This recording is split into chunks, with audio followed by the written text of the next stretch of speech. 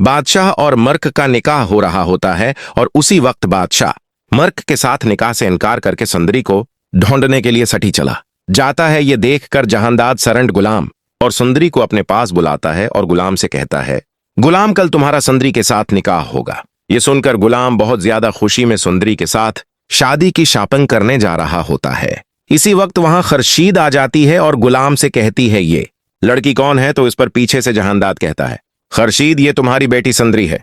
ये सुनते ही खर्शीद बेहोश हो जाती है और सुंदरी जैसे ही खर्शीद को अम्मी कहकर बुलाती है तो इसी वक्त खर्शीद को होश आ जाता है और खर्शीद सुंदरी को अपने गले लगा लेती है। और इसी वक्त वहां मर्क अपनी उम्मी और अब्बू के साथ आ जाती है। ये देखकर गुलाम जहांदाद को बताता है कि बादशाह सुंदरी से मोहब्बत करता है, इसलिए बादशाह ने मर्क से शादी नहीं की थी। ये सुनकर जहांदाद मर्क से कहता है, कल गुलाम का सुंदरी के साथ निकाह है और जब बादशाह को सुंदरी के निकाह का पता चलेगा तो बादशाह तुमसे शादी करने के लिए राजी हो जाएगा। ये सुनकर मर्क बहुत ज्यादा खुश हो जाती है।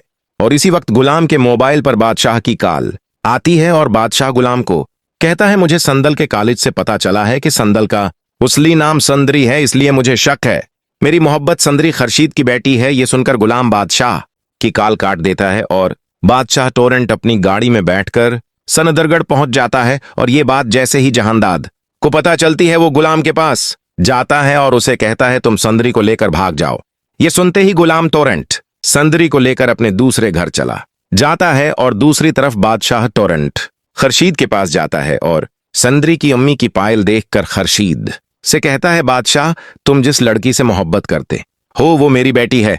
ये सुनते ही बादशाह इसी वक्त जहांदाद के पास जाता है और अपने सर पर पिस्तौल रख लेता है और जहांदाद से कहता है, अगर मुझे सुंदरी नहीं मिली तो मैं खुद को गोली मार दूंगा। ये सुनकर जहांदाद डर जाता है और बादशाह अपने ऊपर गोली चलाने वाला होता है। ये देखकर जहांदाद बादशाह के हाथ से पिस्तौल खींचने लगता है और गलती से गोली चल जाती है और बादशाह के बाजू पर लग जाती है। ये देखकर जहांदाद तुरंत बादशाह को अस्पताल ले जाता है और डॉक्टर तुरंत बादशाह को ऑपरेशन रूम में ले जाता है। ये देखकर जहांदाद तुरंत गुलाम को कॉल करके कहता है, बादशाह को गोली लग गई है और तुम जल्दी से सुंदरी को लेकर अस्पताल आ जाओ वरना बादशाह मर जाएगा। ये सुनते ही गुलाम तुरंत सुंदरी को अपने साथ लेकर अस्पताल पहुंच जाता है और उसी वक्त डॉक्टर बादशाह के कमरे से निकलता है और जहांदाद से कहता है, बादशाह को होश आ गया है और वो बार बार सुंदरी का नाम ले रहा है। ये सुनकर जहांदाद तुरंत सुंदरी का हाथ पकड़कर उसे बादशाह के कमरे में ले जाता है और बादशाह सुंदरी को अपने कमरे में